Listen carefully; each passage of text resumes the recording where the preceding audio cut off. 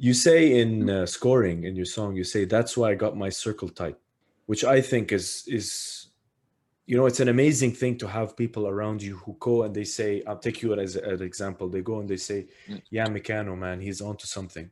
How important is it to have such people? Yeah, I mean, like my circle is really, when I'm saying like dolphins is really like like that's like the name of our crew kind of.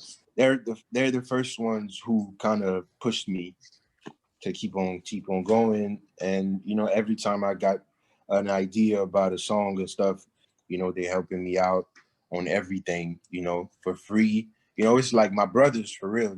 It's like those are the same guys who, if they don't with a song, they just gonna be like, okay, man, this is whack. Like, The Nobody's Famous podcast. Let's do it. And we're three, two, one. All right, guys, and we are back on the Nobody's Famous podcast. We have such an amazing show for you guys today. My guest today is the one and the only personal fan, personal fan here, Mikano. How's it going, buddy? nice to meet you, bro. I'm good. I'm good. I'm good. I'm good. I'm super good. How you doing? I'm doing good, man. I'm doing good. I want to say thank you for coming on the show. I wanna read your Spotify bio back to you. Mm-hmm. See what it sounds like when somebody else is Yeah, like I reading. don't, I don't So remember the last time I edited this bio, but it's okay. yeah, you tell me where the mistakes are then, if there's any. So let's see. So a Franco-Cameroonian rapper of 26 years old, Mikano has been Yeah. lucky enough to visit the four corners of the world during the first part of his life. He grew up in cities as diverse as Abu Dhabi or Cairo, where he discovers life but also music. Meccano's music is made for those who love Frank Ocean, Blood Orange, or Kid Cudi. So many influences that the rapper has digested and diluted with subtlety. He's been able to make something that sounds like it has never been heard before, something completely new. Meccano's sound is intimate, deep, juggling lightness and strength. He's taking the listener from one extreme to another, from a song tinged with the sweetness and fantasy to a title inflated with energy and raw power, served by an impeccable flow. Like, if we're gonna go Yeah, I into, didn't write this, but I don't know who wrote this, but like this is amazing. This is amazing. wow, okay, that's the Yeah. first mystery then. That's the first mystery that needs to be solved. But is it accurate then? Is it accurate? Yeah, like for the most part, yeah. Uh, uh, I mean, because Frank Ocean obviously like is one of my favorite artists ever with Kid Cudi. So I'm super influenced by them. So it makes sense. It really makes sense. And they had a third artist. I don't know about Blood the third one. orange? Blood orange? Blood Orange, like that, I don't really understand. But I like Blood Orange.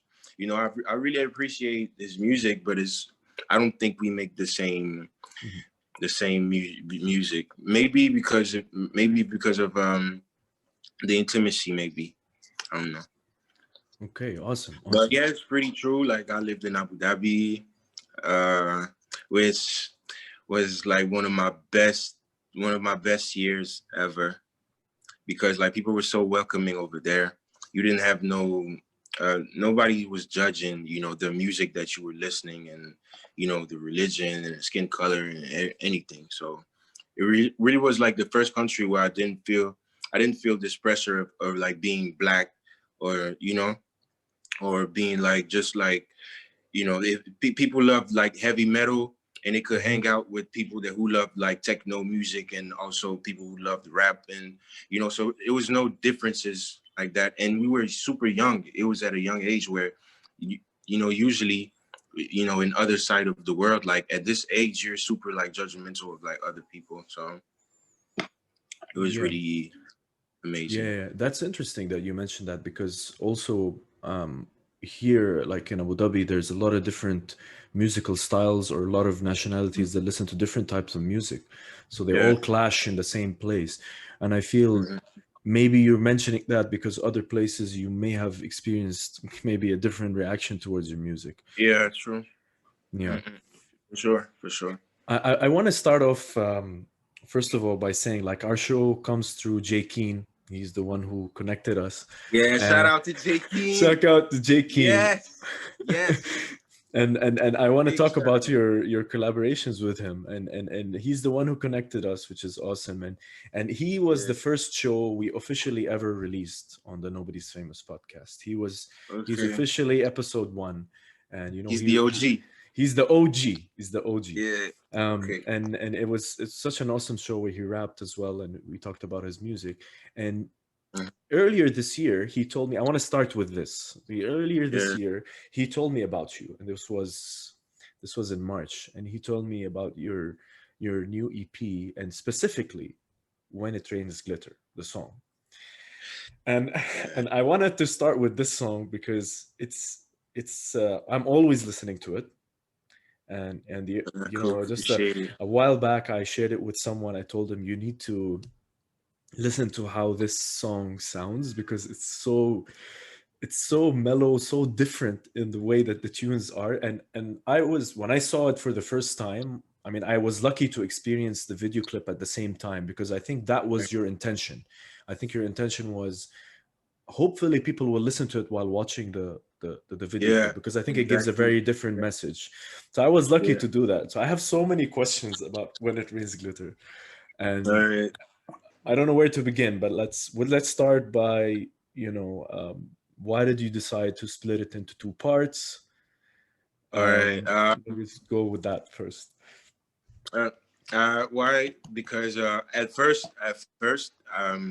I was with one of my friends, the producer who made the beat, like Sutus, and we had the first part only, and I don't know, it was like a happy type of song, and and I had like a heartbreak at the same time, so I kind of felt like this song needed Mm. like another part, I mean, more sad kind of part, and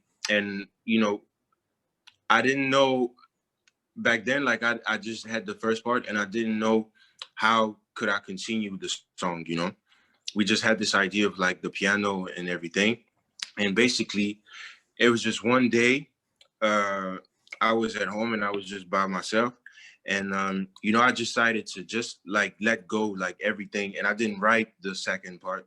So it was like basically for like maybe the first 30 to 40 seconds of the second part is basically like a freestyle, and I kept it.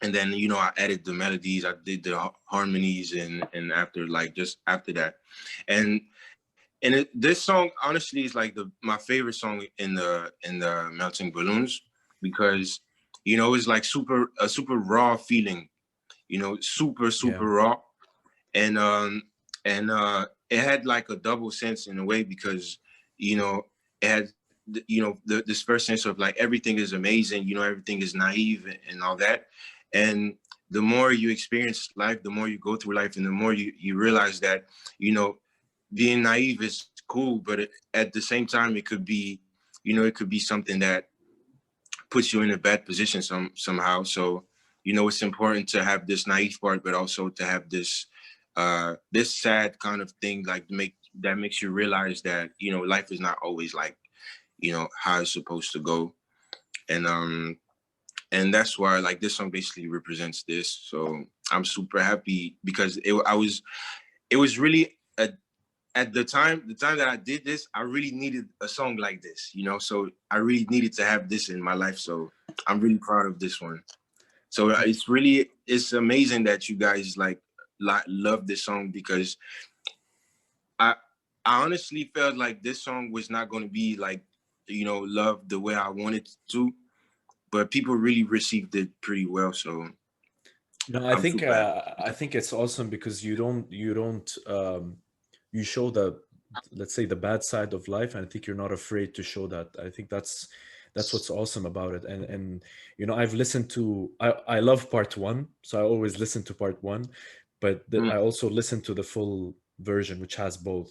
and mhm. and and I think it's great that you don't shy away from showing the bad side, because this takes me to my other question: is when you watch the video clip, you have Yeah. these kids who are playing with with all the glitter, and the video clip is super random.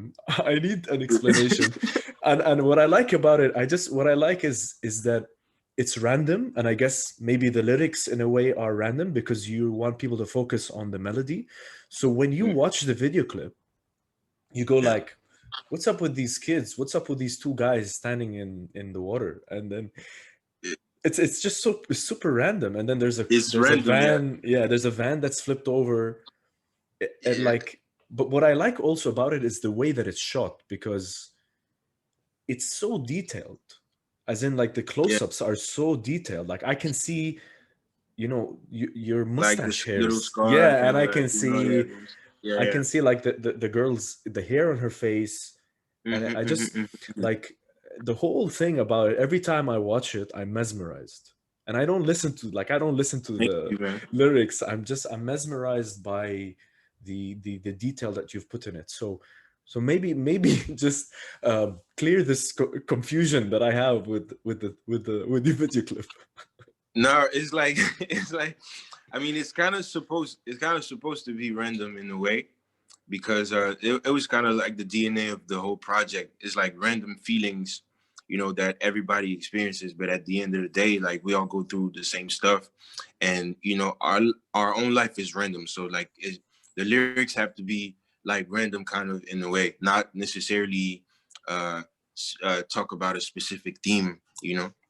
But it was like uh I mean the video Rain's Glitter, um it was different type of affection. It was like the part when you're kids. It was also the part when you have your girlfriend, the part where you're with your buddy, and and stuff like that. And basically it's all types of relationships, you know, all types of relationships, but speaking about the same stuff, you know, you see people in the first part, you see that you have bright colors, you have all these kids looking at the sky, being happy and all that, and like the second part is completely different. You having them like with glasses on, but glasses on with the like a super dark sky. You also have this couple who seems super sad now. you know you have these guys with masks on with no emotions left. So it's like the double side. It's like the other side of life. And as well, like, it's not meant for people to really understand fully what's really going on in the video, but the the general theme is supposed to be understood by just knowing that you can stay naive in your entire life. I think And that's a that's just very powerful statement, honestly, and the way when you're explaining it kind of shows that it's not super random. In the end, there is yeah. a kind of some I direction hope to so. it. No, I think it's cool. I mean, I really love the beat, and even the way that it starts and how your voice sets in with the melody. And Hmm. I mean, Thank especially you. with part one, for me, like I wish there was another verse, because I know that it's like two choruses, and I wish there was a third, because Yeah. especially when the second part, when there was a beat dropping and your head moves and you go, imagine this part. I Yeah. just Yeah. that was the part that kind of hooked me the most to the song. Mm. Um, Yeah. Thank you. because of I the feel way that. that the whole vibe that you were in, and you were just standing Mm-mm. with a turtleneck, Mm-mm. just standing, so random. And then you just, yeah. So I think it's awesome. I think it's awesome, and I want to get into the EP a little bit later. Okay. But that was kind of my foray into your music, and I want to talk about just a bit of how kind of your music started. I mean, what was it like growing in Abu Dhabi, and then how does it compare to Cairo? and then we'll talk about Cameroon Uh, after that. um, I mean, Abu Dhabi was um, I mean, Abu Dhabi. I was like around 11 or 12, and like I said, like earlier, it was super dope because people were not judgmental. They were not judging.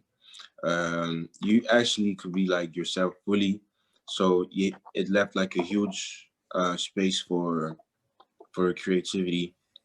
You know, people were like dancing, trying all types of new dances, and you had like some people starting to rap at like 12.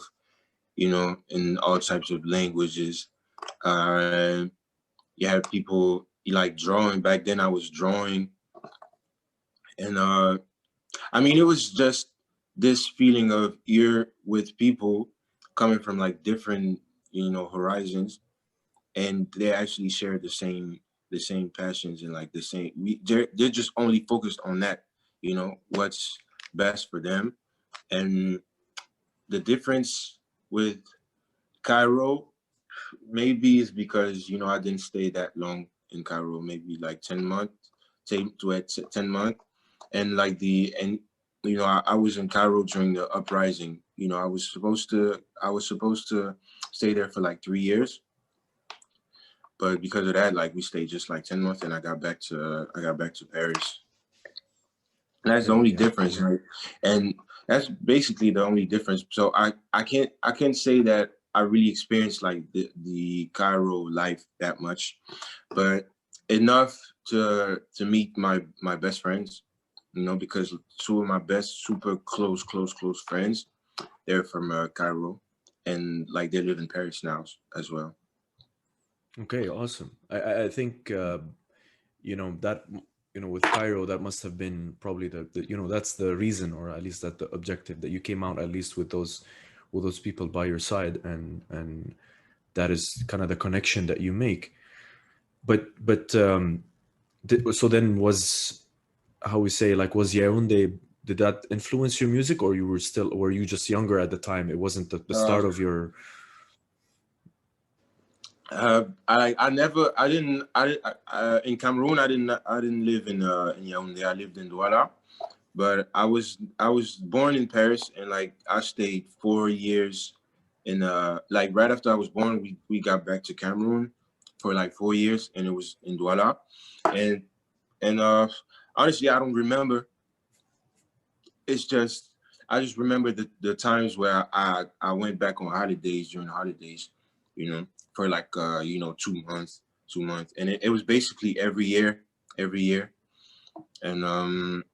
Cameroon is different because you have all your family over there, and you actually feel like home, like the weather, the food, you know, like family, like people outside, the fact that it's also Africa, so it's super hot, so you never wearing anything, you actually feel like free there. It's home, so it's completely different. When I go there, it's really to see the family and just to focus on what's really important.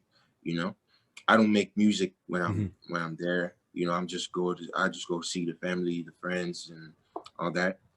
I'm not even thinking about music when I go there. You know, but uh, but it's different. It's completely different. Like Cameroon is, I mean, it's different from all the other countries where like I feel like my creativity is like boosted.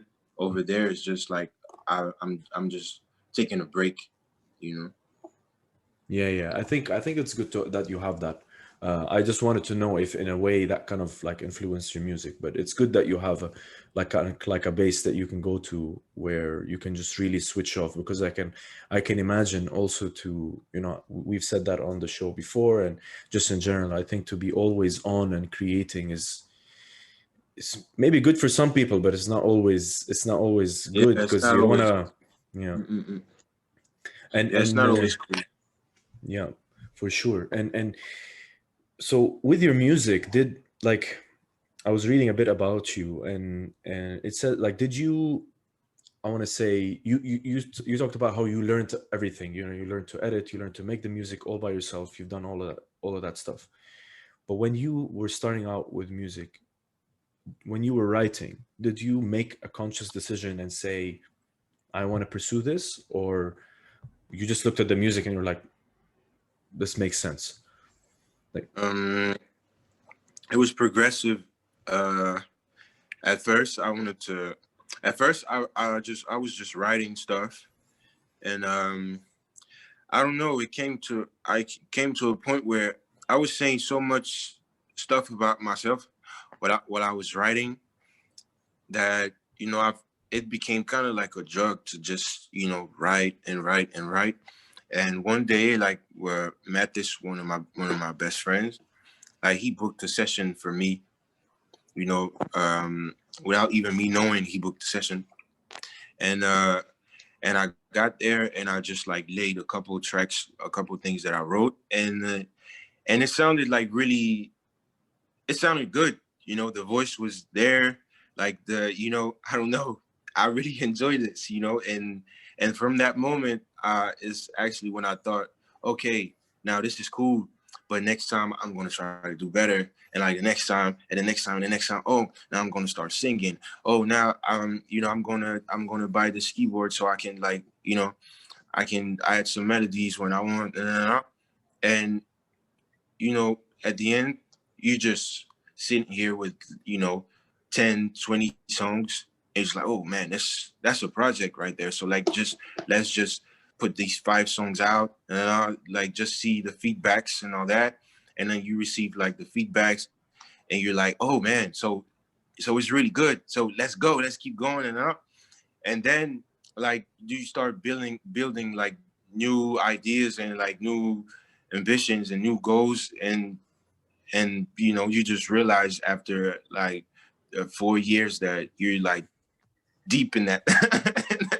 you know you know I like think, it was not. yeah, that's really good, man. That's really good because I think with maybe the general feeling, especially with music these days, is people think that it's an overnight success, or overnight you're gonna come out with this hit, or overnight this song is gonna come out. They don't realize maybe um, that a lot of the times, somebody else might have pushed you, or you write some music, it doesn't sound Yeah. great, and it sounds Mhm. really bad. You need to try something else, and you need to push and push and push. Exactly.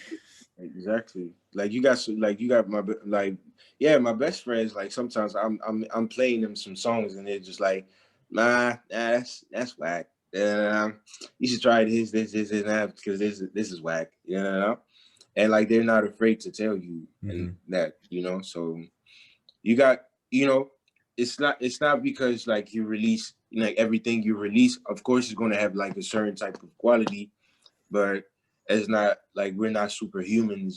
It's just, it's work at the end of the day. Like during the process, it's a lot of shit that you're doing, and as I say, it's also like good work that you're doing, so you might as well release that.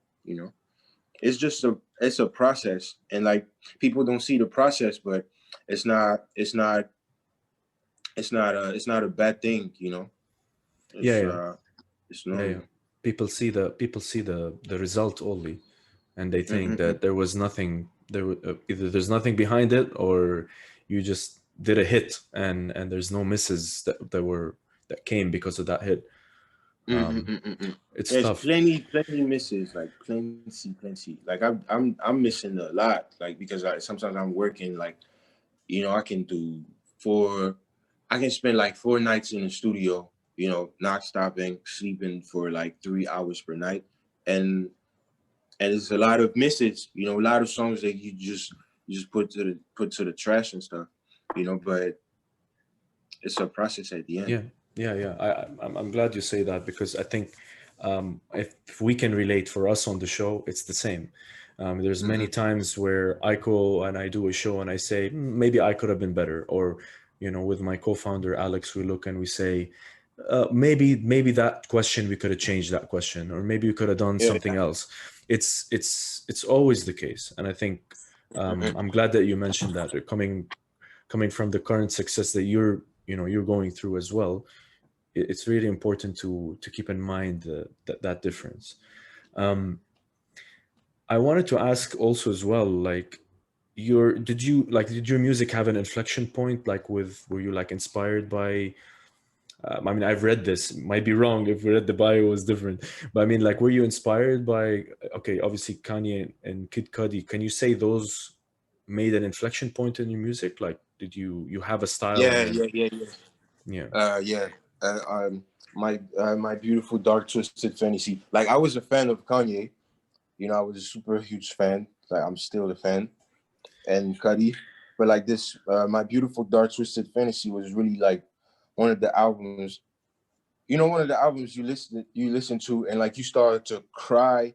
You know, I cried on this one because it was like way too many images that I was receiving by listening to the music, and it was at a time where I was also focused on this writing stuff, and and Kanye was a rapper back then, and like the project that he dropped was something way bigger than rap, you know, way Mm, bigger, and I think it influenced me to just at this moment to like listen to other genres, but really like listen and pay close attention to the lyrics, to the cadences, to like the instruments they were putting in those tracks. Because like basically, like my beautiful dark twisted fantasy was the proof that this guy was not just listening to one genre; he was listening to basically everything, you know.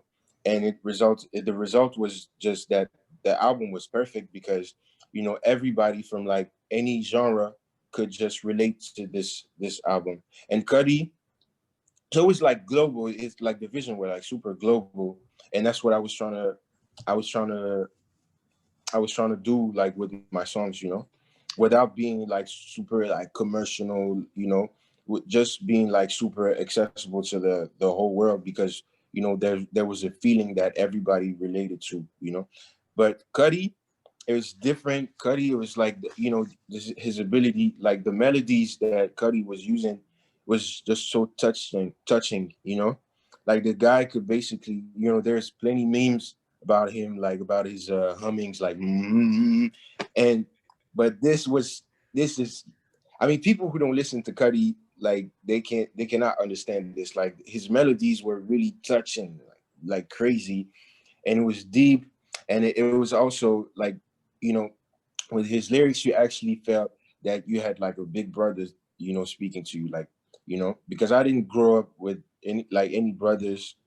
I have a little brother, but a big one I don't have one. And like Cuddy, sometimes like he was giving advices, and it was like the first one of the first rappers I heard speaking about mental illness, mental issues, and about all these there's like this interview of him that's like basically on internet like right now, but it's an interview from back then when he was saying that all those jewelries and all those stupid stuff, like that shit don't make you cool no more, like and it was really the message that Cuddy was trying to portray in every song he was releasing back then, and plus it came with the melody, so he had those like advices to be unique, and not follow just not follow other what's working already, because if it's working now, it's not you.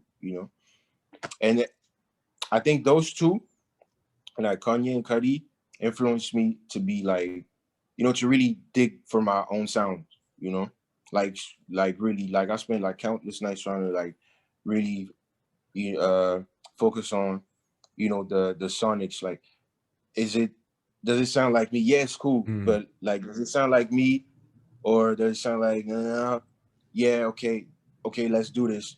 There's a plenty tracks that I had that I just put to the trash because I felt like it was not me. It was just like me trying to be cool and like sound like somebody else and stuff.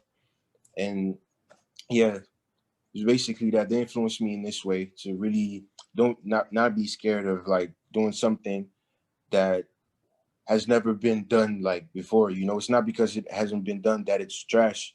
You know, it's just, I mean, just trust the process, trust what you putting out, Yeah, man, I and think this is a this is like such an awesome story that you just shared, and I think you've accepted the challenge. You've accepted the challenge that to find maybe your unique sound, whatever that is, because we can be just talking about it, it's just something that's up in the air, but you're spending time in the studio, and you might spend, like you said, like you spend a couple days there and you don't find anything. And as you said, that's just part of the whole thing. It's so interesting that you are looking at your music and your sound in that way, because I think to blend in, like you said, as Cuddy said, like to blend in is not, it's I mean, I think one of the things that made him kind of very, very, very different is he just came out with something that sounded like nothing else before, and just Yeah, like kind true. of continued to do that. And Yeah, true. I actually noticed that a bit in your music, like for example, scoring. And Mm, let's take the example of When It Rains Glitter. They're two mm, different genres, and I guess you're spitting rap in one, like it's super like mm, hard rap in one, and the other one is more of that kind of like melody, more I mm, want to say more relatable thing. And yeah. so is that kind of like you know is that kind of the reason why you started to choose? Because I realized you started off with rap, and then kind of moved to Mm-hmm. different types of sounds. So is that Mm.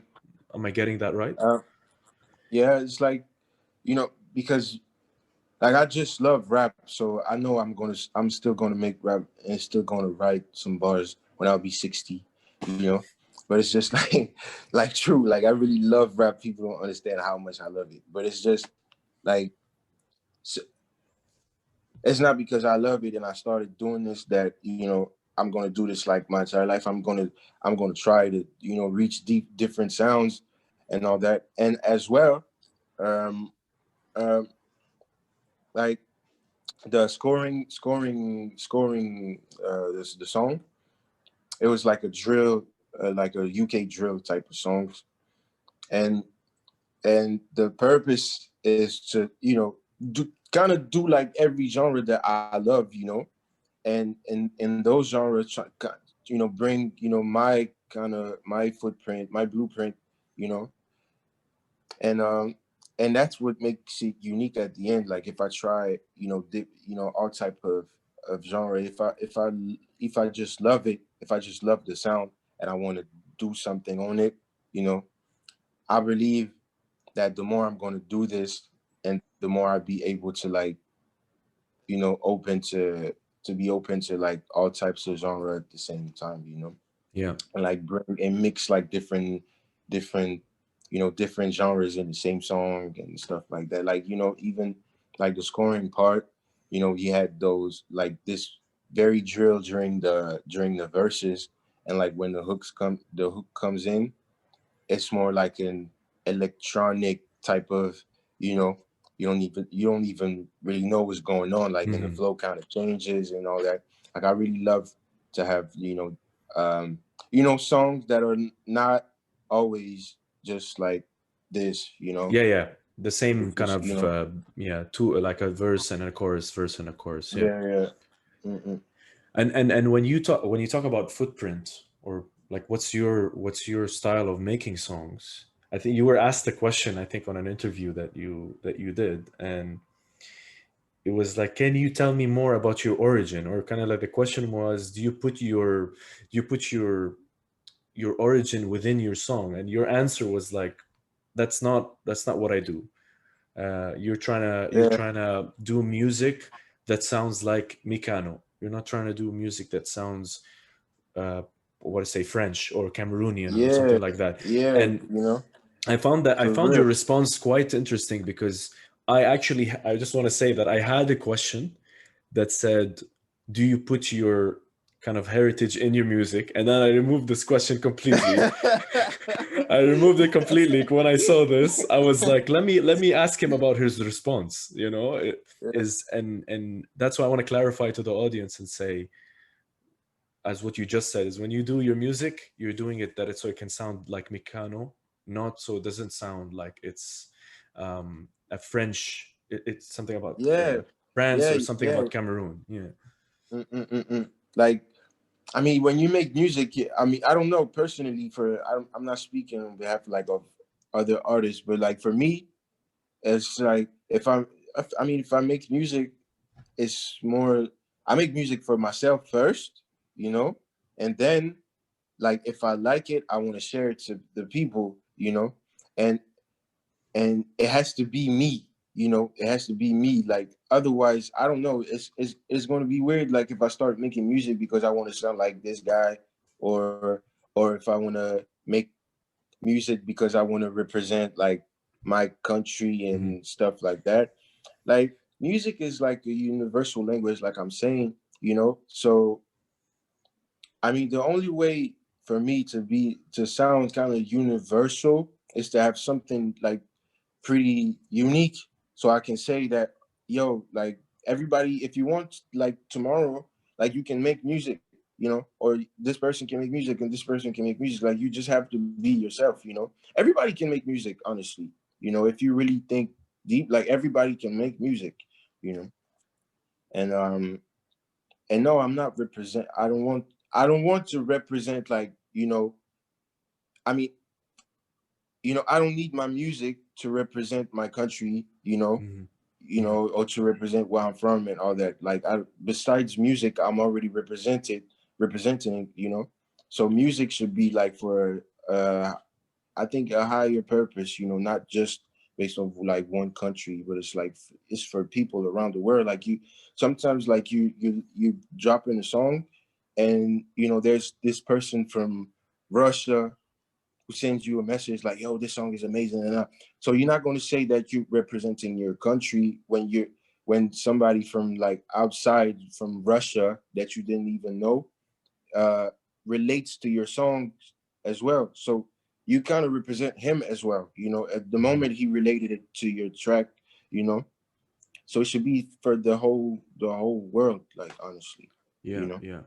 I mean, I wanted to only challenge this concept slightly, is to Yeah. say maybe I'm reading it wrong, because like, I mean, there's a this time last year I was like super into Burna Boy. I still, like to listen to his Yeah. songs and stuff. I mean, Uh-huh. like there's, some like his album, especially like he talks a lot about, Nigeria and the origins, Yeah. and I mean his origins and stuff. But I would say, Mm-hmm. this is why I say we challenge it, is maybe there's in a way is that, for example, an artist like him, he would talk Mm-hmm. about his origin or his culture or his background in a certain Yeah. album or a Oh yeah. mixtape.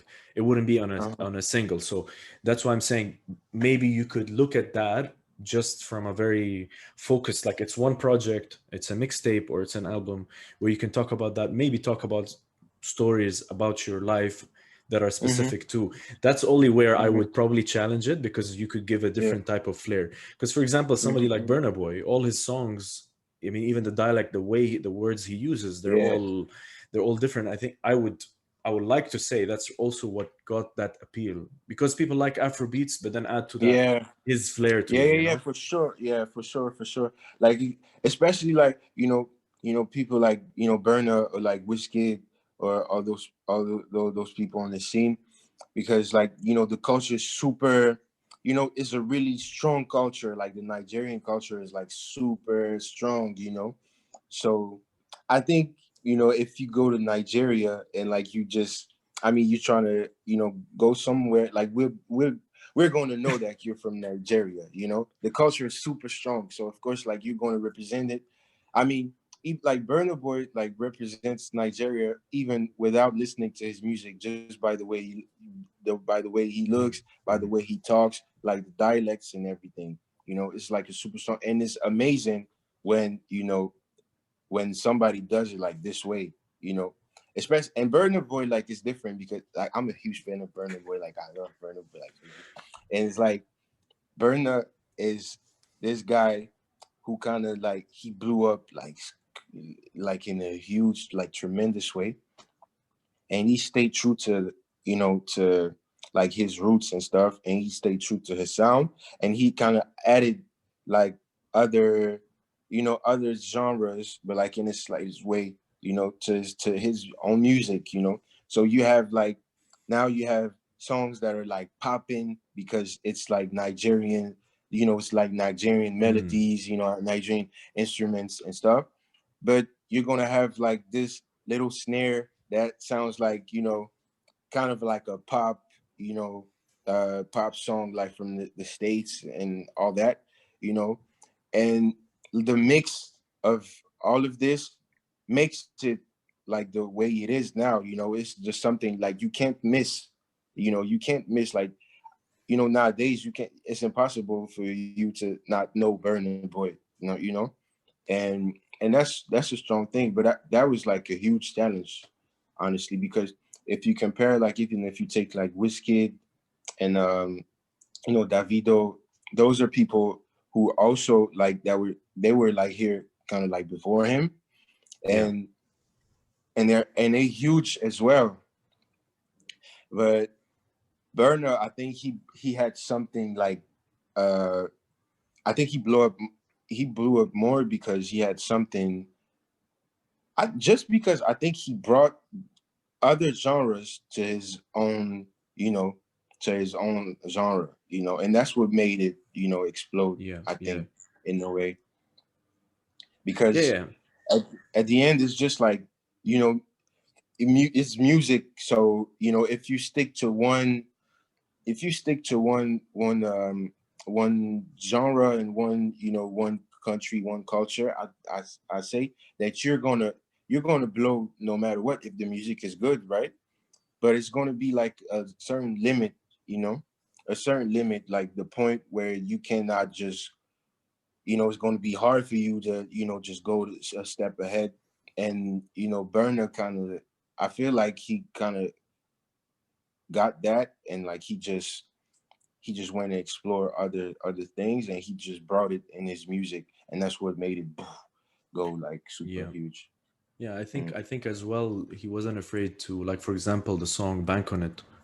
It's very different, like Mm. where the way that it starts. It's a lot of like choir Yeah. in it. It's very different. I think he was not Mm-hmm. afraid to, even the song that was talking about the history of Nigeria. I just forgot what it's called now, but the way that it starts, you know, if somebody's wanting like a hook at the beginning, they might just skip the song because there's Yeah, somebody yeah, talking about it for like it's talking for like 40 seconds, you know. yeah, yeah. It's very different, but you know, it's kind of bold in making those steps. And I want to move away from music and a few more questions. I want Yeah. to ask more about you before we go to the last Mm-mm. stage. But have you ever gotten like backlash from your music, like that people were resistant to your craft, but people come and say, you know, don't do this. This is not gonna get you anywhere, stuff like that. Yeah, man, like crazy. But you know, as I used to be like super receptive to this type of, you know, remarks, but it's I realized that the backlash I'm getting is, oh, we're in France, so you should, you know, rap in French. Mm-hmm. So, you know, but they're not saying like they don't like the music, or this and that. So, me personally, something that I just said, I said before, is that I'm comfortable when I'm writing in English and when I'm singing in English. And in French, I haven't, you know, I never practiced like writing in French and stuff like that. So basically, if I start doing something in French now, it's going to be whack, you know. So I'm not even trying to do it, you know. And the industry here, I mean, it's normal because we're in France, you know, and they kind of privilege like people who are like Of making course. French music, basically, you know, and also because of the language barrier, like. Uh, you know, it's not lots of people who really understand, you know, the lyrics and stuff. Even people who listen to my music, some of them don't understand what I'm saying, and they just relate to the music, the melodies, and the flows and stuff. So, you know, back then it could be something that could have stopped me. But you know, now that, you know, I kind of gained Mm-hmm. confidence in my music, it's more like, okay, so if that's the only reason why you think I should stop like making music, then you know, I'm gonna keep going, you know, because it's just like a matter of like language. Like basically, if I lived in London, or somewhere else where they speak English, like it's, you know, it wouldn't be this type of those type of comments, you know. Yeah, But yeah, it's the only backlash I'm getting because no, I mean, normally people like my songs, you know. I mean, I never had like a bad feedback, you know, from okay, no. yeah, yeah. No, I think it's. I wanted to touch on that point mainly because I wanted to take your experience and kind of you talk about it because a lot of young musicians or young people either they get resistance from their parents or they're in the beginning phase where that backlash comes and then they feel they can't continue. You know, Yeah, like it's that okay, way so if that you part speak where you about can't. this, Hmm. yeah, like if you speak, yeah, I mean yeah, of course the family, of course, yeah, first the family because it's again like it's normal because those, I mean, it's my family and they want me to succeed and to live in like the best conditions possible. Yeah. So so it so when I told my father I wanted to make music and just stop uni and stuff, you know, that was something, that was something, and he didn't agree at all. Like we had like plenty like fussings about that, but it was a moment where he kind of understood that I was really serious about that. It was not just like a hobby and stuff. Like I was really, digging, really trying to see how can I master my craft, and how can I make money from that. And I'm not in a position right now where I can say like yo, I'm getting like a lot of money for listening to the music and stuff by making music, but he sees that I'm really serious about that, and I think that's like the most important part. But at first he didn't see that because it's normal as a parent, Of course. to just say that, oh no, you about to do music, it's not safe. You need to follow this. At least you're gonna have this job. It's like secured, 100%. And at the end, it's also a matter of communication. Back then I was just telling him that I wanted to pursue this dream of making music, but I didn't have anything. Like I didn't have like a good microphone, I didn't have like I didn't even have Logic Pro back then. I just wanted to make music, and like pay studios, €100 per hour and stuff. It didn't make no sense. But it's like after a while when I started to understand that, like we started communicating more and more and more and more, and like one day he just got it, and like here we are. Yeah, yeah, I think it's very important. I wanted to take, your opinion on it so that young musicians nowadays don't be discouraged from that phase of your life. No, never, never. Because Yeah, it's normal. Like if your parents at first, like, or parents or family or whatever, if they're against it, it's normal. It's because they're scared. It's not because they don't want to see you succeed. It's because they scared. And like this, and it's a fact that music is not like safe. It's yeah, yeah. not It's safe. cutthroat. You Yeah, know, yeah, yeah. so it's plenty safer ways to succeed, kind of, and they understand it's a passion and all that, but it's just by love they're gonna forbid you to go there, Of course, but you of have to course. explain to them that you're built for that. you know it's a communication process. Exactly, exactly. And it comes with the hard work. I always Mm. want to tell people that. Um, four more questions, and we're done. No, no, um, no worries, no worries, no um, worries. you say in scoring in your song, you say that's why I got my circle tight, and Yeah, you talk about like the people that are around you, yeah, which I think is it's an amazing thing to have people around you who go and they say, I'll take you as an example. They go and they say, mm, yeah, Mikano, man, he's onto something. He's onto something big. I want to stick with him. mm, Like like in that song kind of gave me this idea for that question, like these people that are with you, how important is it to have such people? Do you fight with them? Do you have, discussions? How do they contribute to your vision? And does that circle maybe change if you feel that you've argued with someone and you say, yo man, you can't be part of this anymore? Have you what are you facing? Do you face these challenges? Yeah, I mean, like my circle is really, when I'm saying like dolphins is really like like that's like the name of our crew kind of. It's like the team of brothers, like and it's really like a small circle because it's not even 10 of us. It's probably like eight. I don't, approximately, but it's yeah, those guys. They're the first ones who kind of pushed me to keep on going. And every time I got an idea about a song and stuff, I'm just like, yo, what's up? What you think about this? And like they super reactive. They helping me out on everything. For free. It's like my brothers for real. It's like those are the same guys who, if they don't with a song, they just gonna be like, okay, man, this is whack. Like you need to try something else Yeah, and all that. yeah.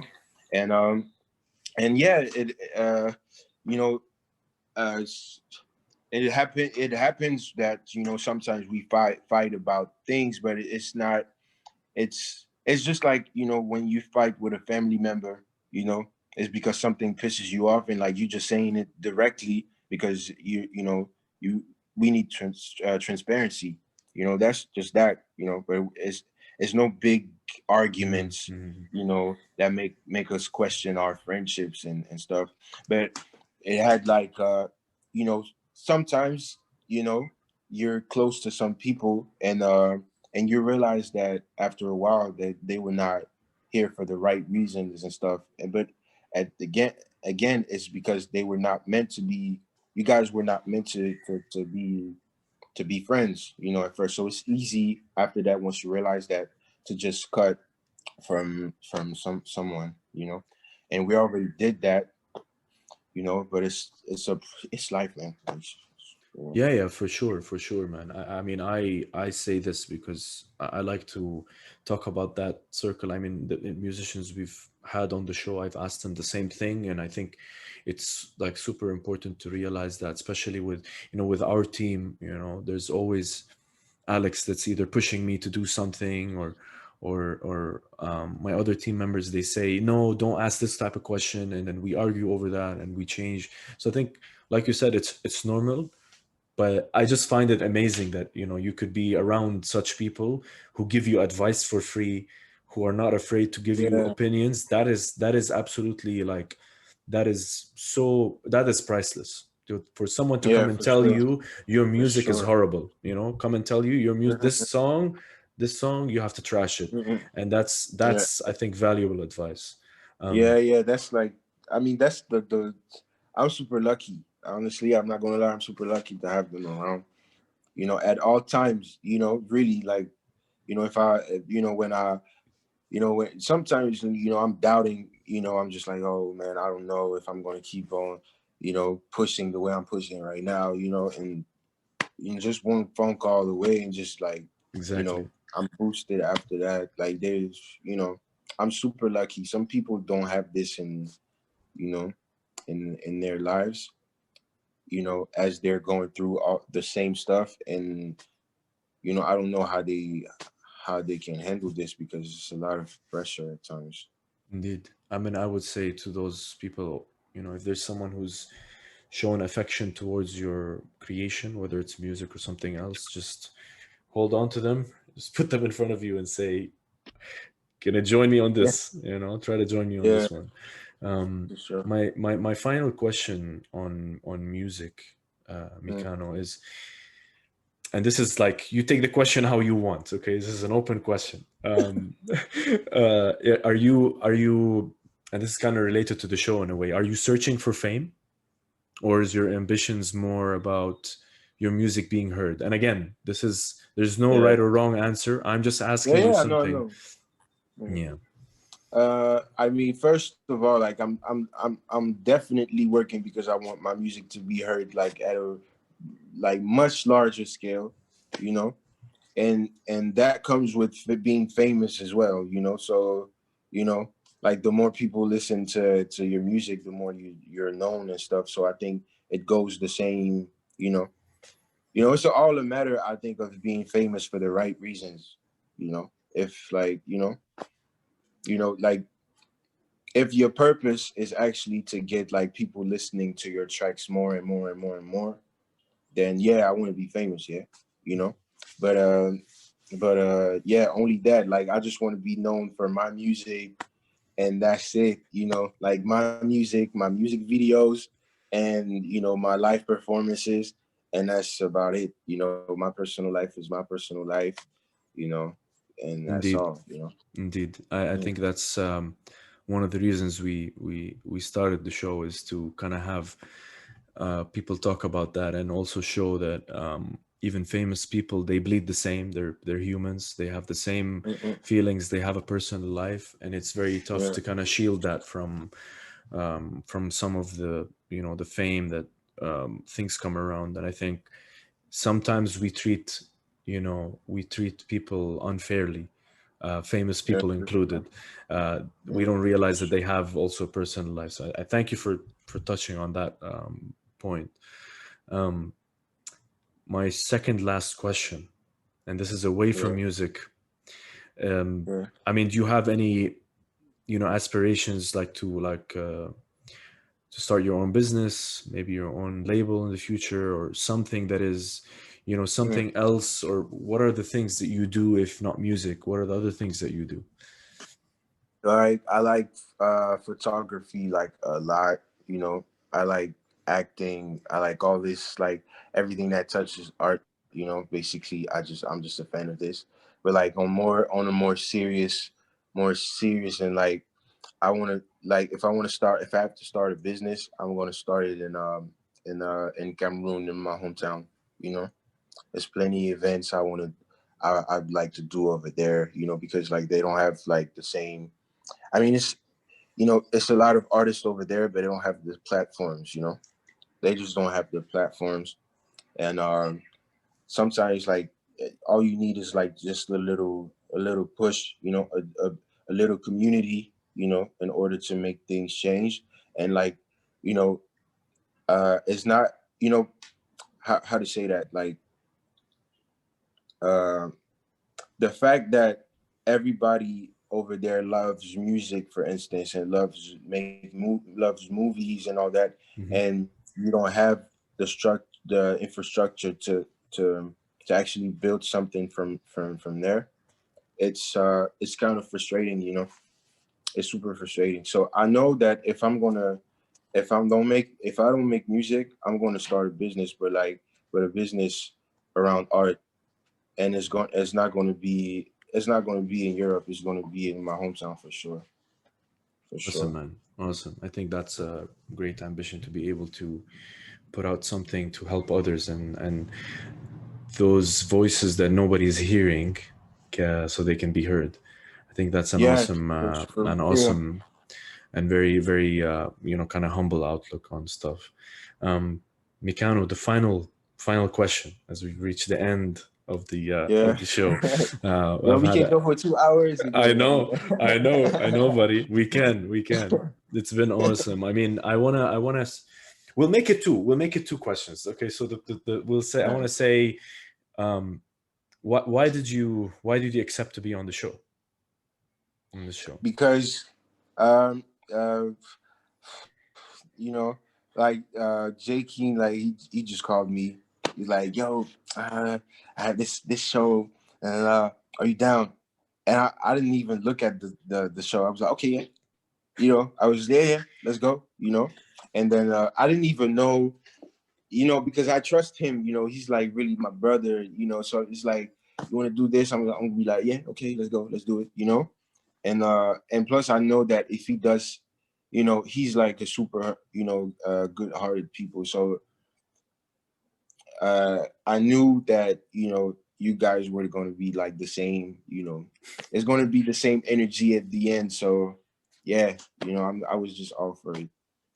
Awesome. I It think was like I didn't think anything else. Like basically, it's just a matter of like maybe two texts. Like like okay, like you want to do it? Yeah, okay. awesome, That's it. awesome. Yeah, I think it's an absolute pleasure to have you, and I think it's been a great talk with you. It's been a Uh, pleasure. y- my final question is: do you have a question for me? Yeah, I have a question. I have plenty questions. As a matter of fact, but it's like first of all, like how when did you started like this, and like why, like why did you started this, and is it like also just for artists or people from different evolving in different fields, you know? Yeah. Well, we started around, wow, it's a bit 2 years and a half ago now. My God, it's Yeah. 2.5 years ago now. And I mean, initially the concept was to, for people like the business you just talked about, to get people to talk, Mm-hmm. to give them a voice. It's kind of the same thing. And we wanted to say that if even if you have 100 followers or you're just a no one, let's get you on the Yeah. show. Let's talk about your experience. That's kind of like the whole concept, and we wanted really people to understand that don't be don't be scared of the notion of fame. Don't be afraid to talk about it. And there's people that, when I reach out to them and I say, you should come on the show, you should talk about your story, it's worth sharing, they'll say, no, no, what am I going to talk about? And those are the people that I target the most. I target those people because Oh yeah, yeah. I feel you. they I feel they, you. they come Yeah, and yeah. they just have this thing within them that they feel Like they're that, not. They yeah, feel like they're not worth the listen and stuff. Some of like, but course. it's yeah, yeah. and I and get your i approach. I really hope that the message gets out there that you should never be afraid to share your story. You learn more from others by doing that, but you also learn more about yourself, which is the way Yeah. forward, and you become better as a person. And to answer your last question, I mean, it's really not just for musicians. I mean, we've had many different types of people on the show. We've had entrepreneurs, we've had a security guard, we've had just regular people with day jobs. We've Mm-mm-mm. had also a lot of singers, which is really close to my heart. People talking about mental health, and working in clothing, working in makeup, all that kind of stuff. Like, there's all these different types of people who Mm-mm-mm. who really can showcase the breadth of the human, like, creativity and perseverance. And I really wanted to just show that it doesn't matter what kind of job you work in, what kind of um, voice you have, what kind of story you have. This is the platform to kind of break all of that, and just come on and have a chat and share your story, because it's worth sharing. Mm-mm-mm. For real. Okay. And Yeah.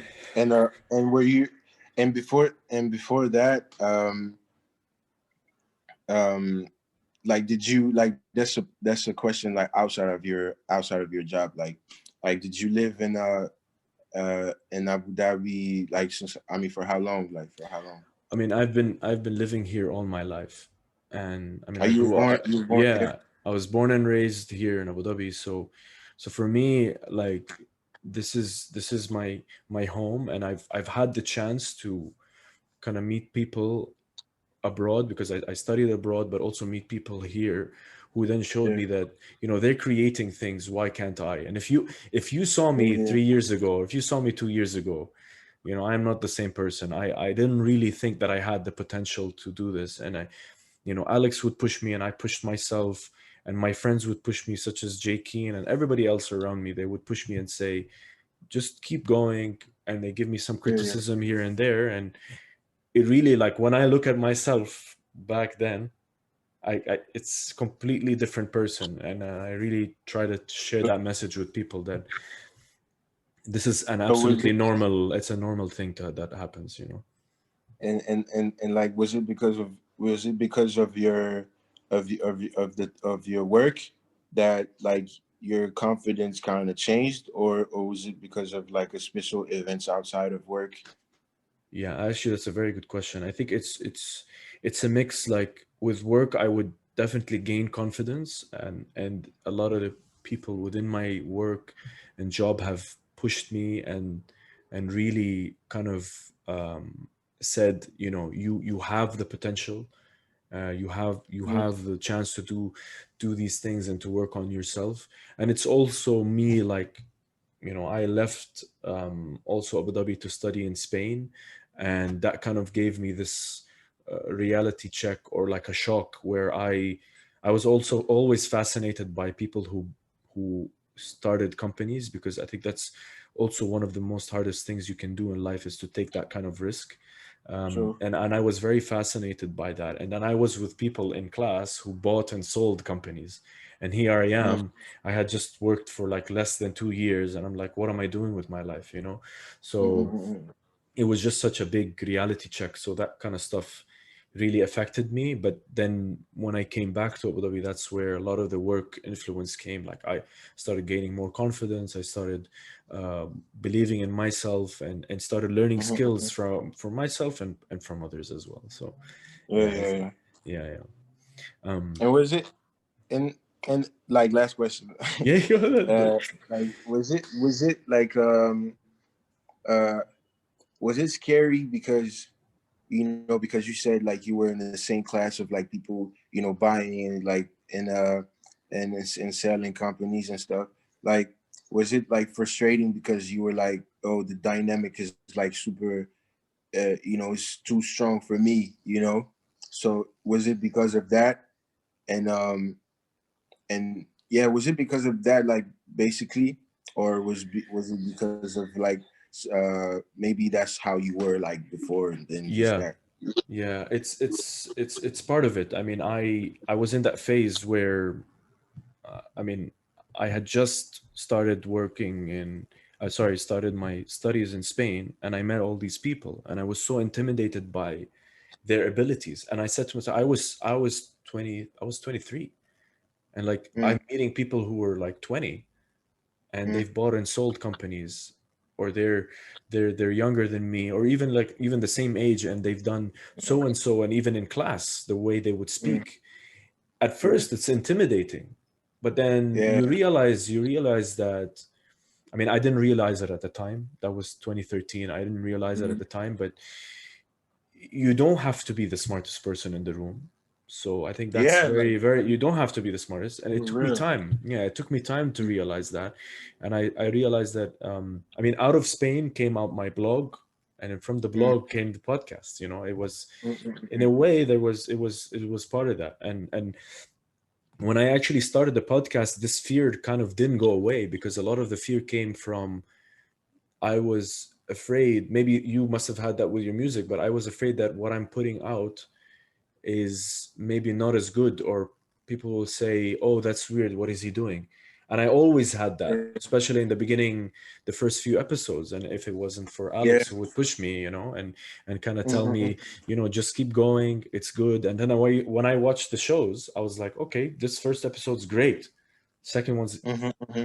better, third one's getting better. So then I Yeah, yeah, started to yeah. push and push myself, and then I finally internally could say, I could finally say internally that, wow, this is something for me. I've always been thinking about it, and I never Mm-hmm. actually Hmm. saw it finally in my life, that I can go to a YouTube channel and write the name of the show, and then my episodes are there. And it was just, it just comes with time.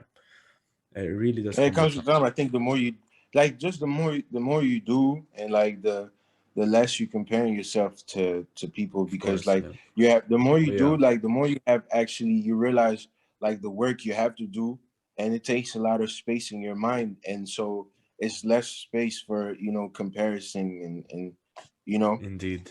and and It's that very that, well that said. that's basically that. But yeah, that was my last question, man. Awesome, man. That was Awesome. my last question. Mikano, I want to say that this has been an absolute, absolute pleasure to have you on the show. Same, man. And Same then for real. it's, I hope that in very near future we will be doing a live show together, a reunion show, maybe with J Keen. Who Yeah, knows? man. Oh my God. Yeah, yeah. I'm just waiting for this day. Yeah, I'm I'm waiting sure for this day. it's gonna be Honestly. amazing. Any last words before I sign us off? Uh,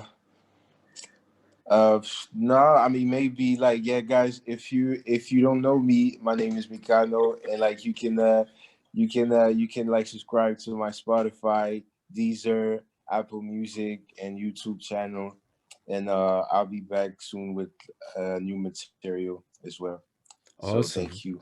Awesome. So, guys, that has been the Nobody's Famous podcast with the one and the only Mikano. Make sure you check him out. That's Shout out nobody's MI. famous. Exactly. Thank you. Check him out on Mikano, Mikano on YouTube Music. You can find Spotify, Deezer, all those good places, and you can also watch the show on SoundCloud, Spotify as well, and Rami, all those things, and subscribe to our YouTube channel. This has been the Nobody's Famous podcast. Signing off.